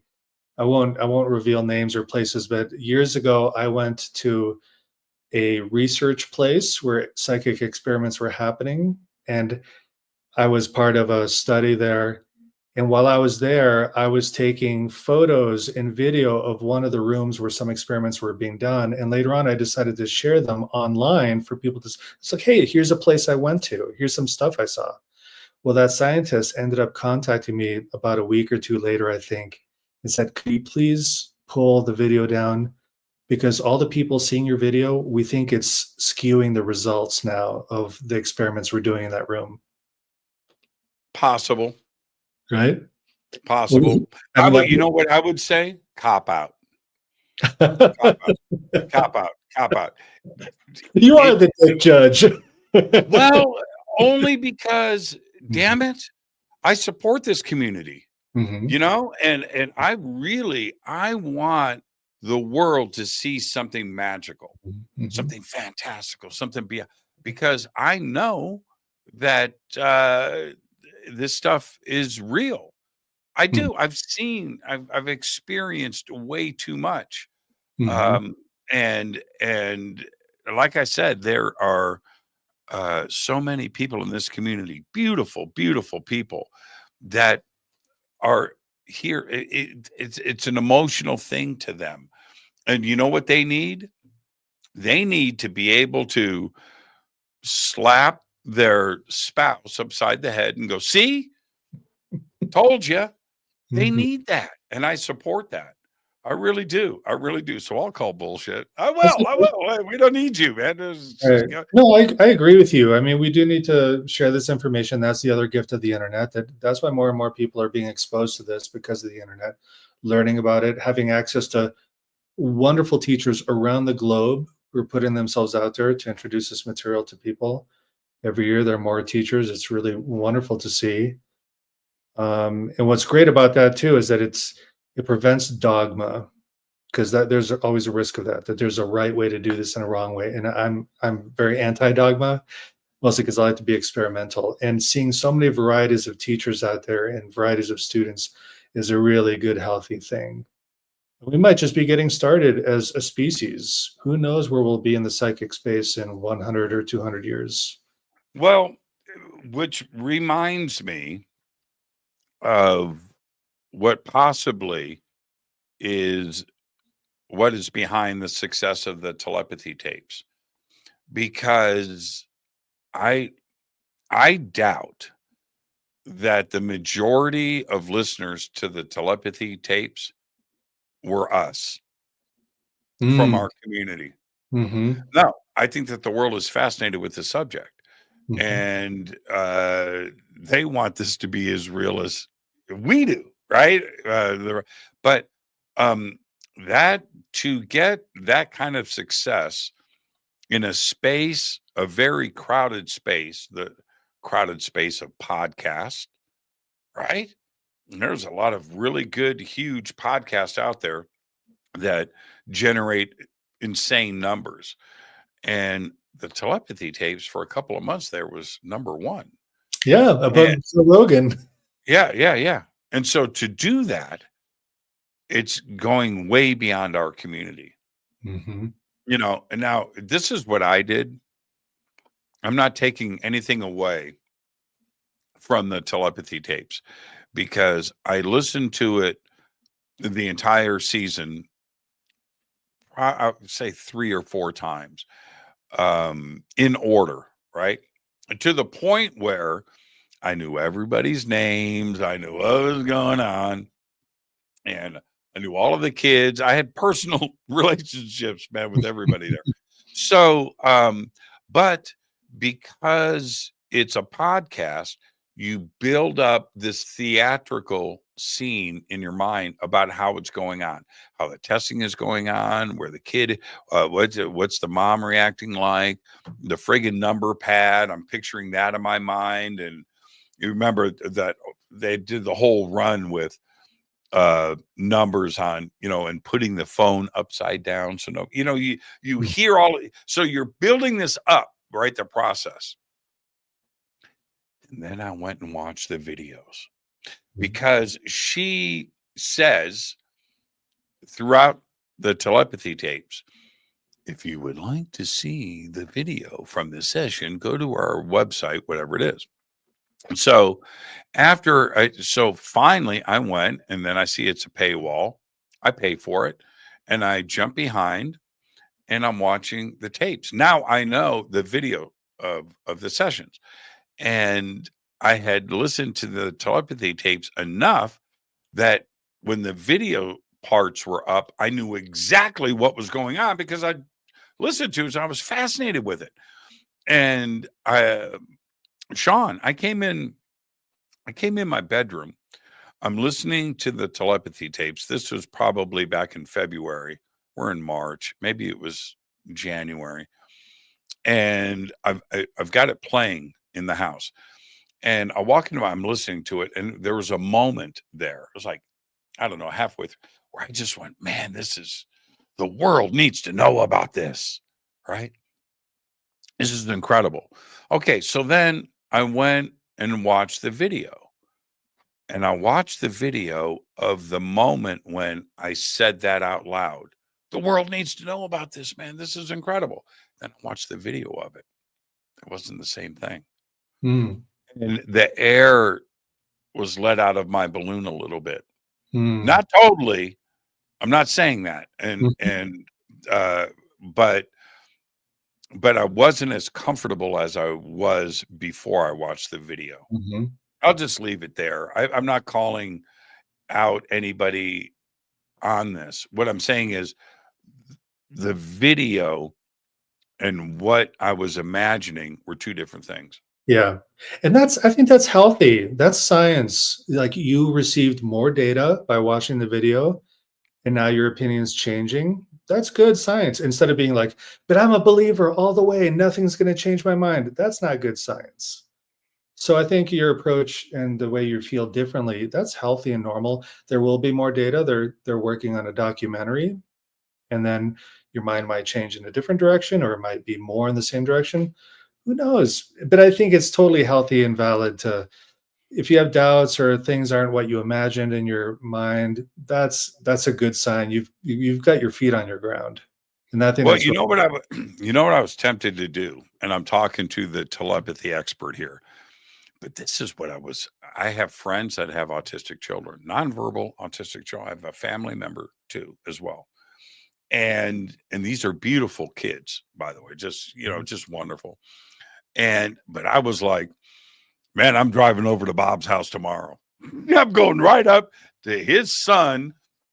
I'm thinking of a number. I was really that excited about it. And I wanted to tell, and I did. I wanted to tell everybody that that I knew that was in this kind of situation to go and listen to the telepathy tapes. And I wanted to go and talk to them. Are you guys ever, is there anything that you want to tell me? I really was, and still am, but I was really into it. And I'm just wondering if all the moms out there, and it tends to be the moms, by the way. Mm-hmm. And I don't know why that is. It because the umbilical cord, right? The womb connection, the birthing process. Do you think that's why? Fathers, yeah, brothers and sisters, yeah, I of course. But why is it that the moms are nearly guaranteed? I think it's the power of the emotional bond from birth. I don't know if there's a physical thing, but there's a survival thing with mom feeding baby, smiling at baby, reassuring baby. That's a love bond. There's nothing else on earth like it. And I think this is very much about love, and being able to, a baby learns empathy from seeing the changing expressions on mom's face and realizing a smile means safety and acceptance. Right. A friend means some sort of, there's a problem there. So that's how powerful that connection is. They can have it with the father too, if the father's that involved. A lot of fathers are not. But that love, I think in a normal, healthy relationship, that love endures and grows as a child grows up. Like, so many moms, even dads, will say, you'll always be my baby. That's the power of love. And I think love could be that beach blanket we were talking about in the first section of the show of entanglement. I think love could be that force. Love and the creation of meaning. I think the universe as a consciousness being loves meaning, creating it, observing it. And so the bond between mother and child, as in what we hear in the telepathy tapes, that bond is there. When I work with a group of people, say for a week, the psychic effects grow stronger towards the end of the week because the emotional bonds and the friendships that are formed over those 4 or 5 days get stronger. So of course our psychic connection is going to get stronger. That's really the benefit of people coming to the Sigh Games, spending time together with other people, forming these bonds and friendships. That's going to help their psychic ability and just their experience of identity and being connected to others. What's step one when you're teaching? Where do you go first? I focus. I have a meditation background, so I like to use meditation to get people in their body, out of their heads, ironically, out of their brains, calm down, quiet the internal experience of being alive, and really settle down. But my approach too, when I teach in the classroom and online, I try and teach with that feeling of kindness, compassion, connection, humor.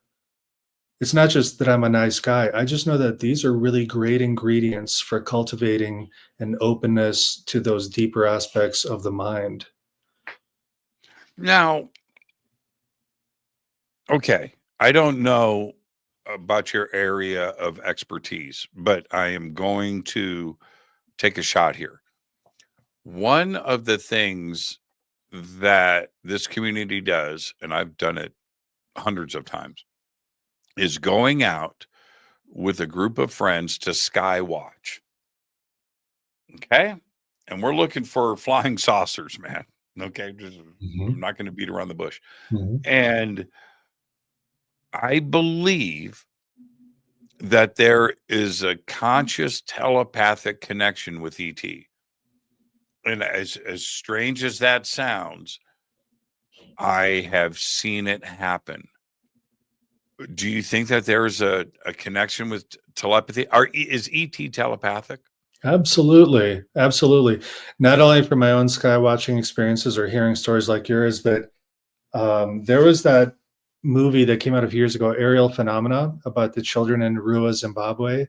That a craft landed in the school's backyard and the ETs came out and the children reported getting messages, communication from the ETs face to face, but telepathically, telling them that we're being too technologed, too much technology. We were not doing good things to the earth. So I hear stories like that of face-to-face encounters where there's telepathic communication. And then sky watching, it's about intention and sending love out. Good intention, please come talk to me. And it absolutely works. Yeah. And there's different rituals people do, but sometimes no ritual is needed. It comes down to the heart. Have you done it? By myself and with groups. The first time I did it in a group, it was led by Ricardo Gonzalez from Peru. This was with an event led by Paula Harris. This was in Crestone, Colorado. So I did 2 of those events. And the first time there were really some interesting things in the sky that we all saw. It was powerful. And actually, it really affected me. Driving away that first night after seeing things, my head felt a little screwy till the next morning. Like something, like, I don't know what, I'd never felt something like that before, but something had happened. It was really interesting. Well, what do you think was going on? Well, so normal human telepathy is very, very weak. Not in the case of the children in the telepathy tapes. They're absolutely strong, like 100% accuracy. But normal, non-autistic people, normal telepathic abilities, weak and random and spontaneous usually. So, but when an ET sends a message or they're scanning you or they're trying to get information or tell you something, that's a lot of, I'll just use the word power. It's all based off of their telepathy. They're putting something into you That's a strong force, and the brain, the physical brain, might not be prepared for that kind of energy, for that kind of information transfer. So it could be challenging to some people's brains to get that kind of a download. So that's what I think. Hold on. I don't know for sure. And some people don't have any kind of negative experience either and have an equally powerful transmission of information, but it doesn't hurt. But for me, it was a strange headache for sure. Because you noticed it. It was out of the normal for you. Mm-hmm. Right? Yeah. And somebody that hasn't had a lot of experience would write it off as a migraine or something else, and maybe not necessarily a pretty serious entangled communication. Mm-hmm. And here's the other thing, though. An extraterrestrial intelligence, an ETI that is arriving here, means just the fact that they are coming to this planet, they are advanced, like really advanced. Mm-hmm. And I think that they would have a firm grip of consciousness and what it is, and totally exploit it and use it for a lot of different reasons. We don't exercise our brain that way. Are we prepared for that type of enlightenment? I don't know. I don't know if we are ready, if we are at that stage of the game. What do you think? I think it'd be like giving a child holding a bucket of gasoline a box of matches, frankly. Yeah, for sure. The power that they have, that they're using consciousness with technology to do what they're doing. Incidentally, there's the what's it called? Like the 5 measurables, the 5 characteristics of a UFO, how UFOs move, like instant acceleration, no use of ordinary energy, some capacity to move across time and space. These are the same qualities of psychic information transfer. What these UFOs are doing is the same thing that a remote viewer is doing when they move through space and time to acquire information. It's the same thing, except in the ET's case, they're driving, they've got a metal of some kind of physical vehicle, but it's doing exactly what the psychic mind does to transfer and receive information. It's the same immeasurables, or the same observables. Have you communicated with ET? The most powerful experience I had was when I was starting my psychic development by focusing on out-of-body experiences. One night I was on the other side and I had a sexual encounter with an ET. Okay. And I really hate saying this out loud. I really never talk about it, but when it comes up, it's a useful example. We didn't talk, but there was a sharing of information. It felt very physical, very intimate. And at the end of the experience, there was the eruption of energy up my spine. Some people might label as a Kundalini experience. Maybe that was the purpose of it. To this day, I don't know what the value of the experience was, aside from a very interesting, very personal story. But I wonder if it affected me in a way that I still haven't resolved. Maybe there's still something more to come for me. But I have to say, I believe it was a real experience. By then, I had had many out-of-body experiences. I know that I was fully conscious as it occurred. This was not a dream. And in that sense, it was a sort of telepathic experience. Like she was in my mind. We were together in some other space. Happened to me on the Sunset Strip in the 1980s, but that's a whole nother story. I still think of her often too. Mm-hmm. But the out-of-body part of it is it just because? Okay, let's separate this a little bit. Is it possible that the out-of-body is actually physical? It's just interdimensional at that moment in another reality, and that's it. It's not that it's imagination, or it's that it's something that's inside of your mind, that it could be an actual physical reality in an interdimensional sense, in a parallel world, in another universe. Sure. I mean, in a weird sense, radio waves live in their own reality. We can't see them, but we experience. Wi-Fi. Yeah, yeah. You know, people have freaked out about psychic stuff, but we use remote controls and garage door openers all the time. Something's happening on some other wavelength, some other frequency. Things are happening. I think of the out of body experience not as if like my spirit is leaving the body going somewhere. I think of it like this. Do you remember that toy, the Etch-a-Sketch? Mm-hmm. You shake it to erase it, and then the pen is actually a magnet collecting the iron ore to make line drawings. When we put the magnet to the board, all that stuff, the dark stuff, collects to a single point. While we're normally awake, it's as if we've applied the magnet to the body and our consciousness is centered in the body. We experience life through our eyes. But by using a technique to achieve the out-of-body experience, it's like pulling the magnet away, and all the metallic dust scatters and spreads to other areas. Wow, that's fascinating. So it's just the consciousness chooses its locus of attention, which normally is in the body, but we can expand it beyond that. It's not a thing. It's not a thing. And so it's not limited to being in the body. In closing, and what a man, the show just blew by tonight. And I want to try the target one more time before we finish too. Oh yeah. I wanted to get back to that. I'm glad you remembered. Okay. Did you get a flash?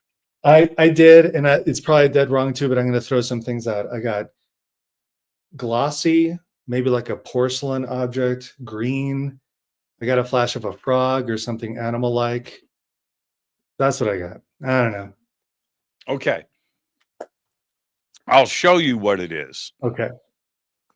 It is a bag of Ricola cough drops. And there's the one. Okay. Yeah, there's the 1515 written. You can see it right there. And that's what it was.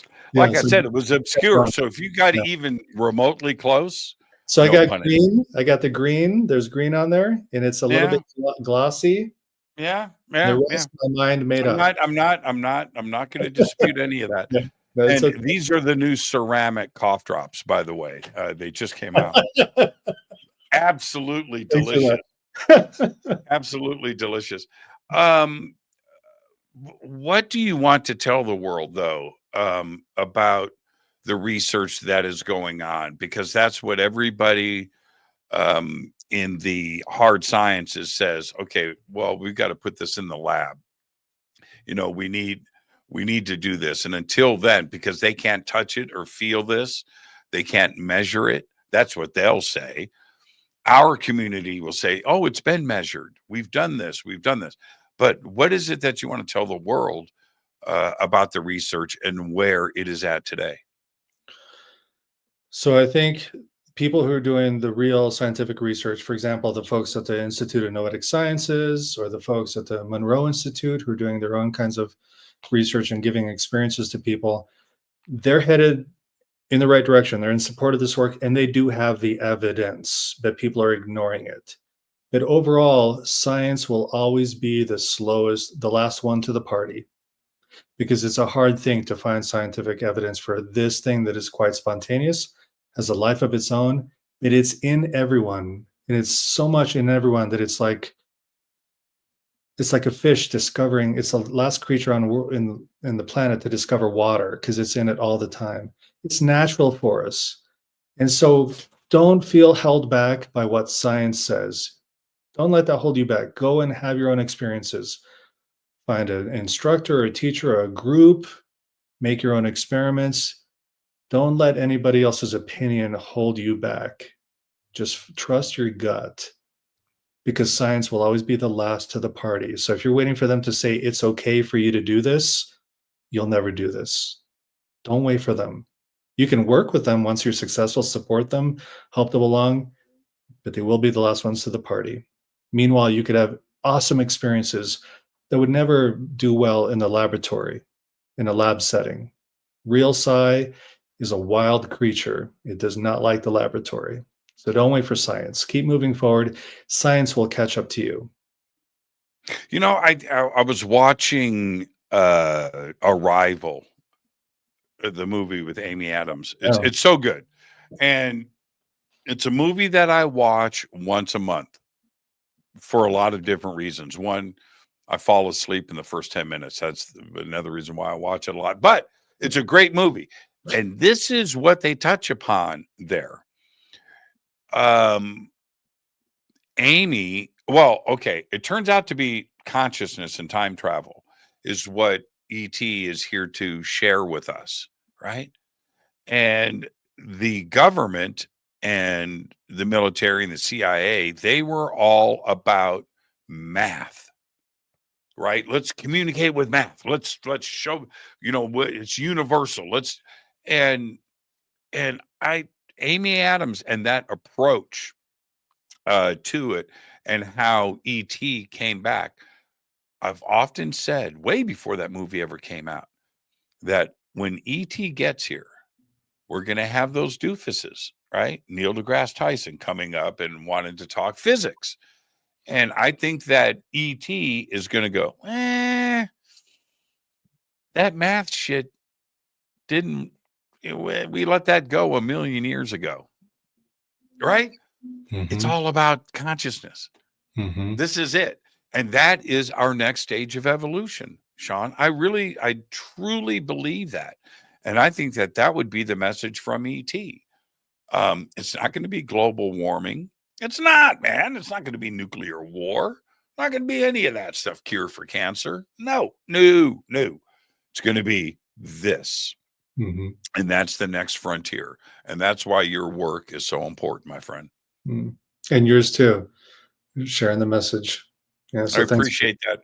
Well, we're going to break bread here in a few months. I'm looking forward to that. Yeah. So I'll see you out at the Sigh Games, and let's give those contestants a hard time. All right. Sounds good. Thanks, Jimmy. Talk to you.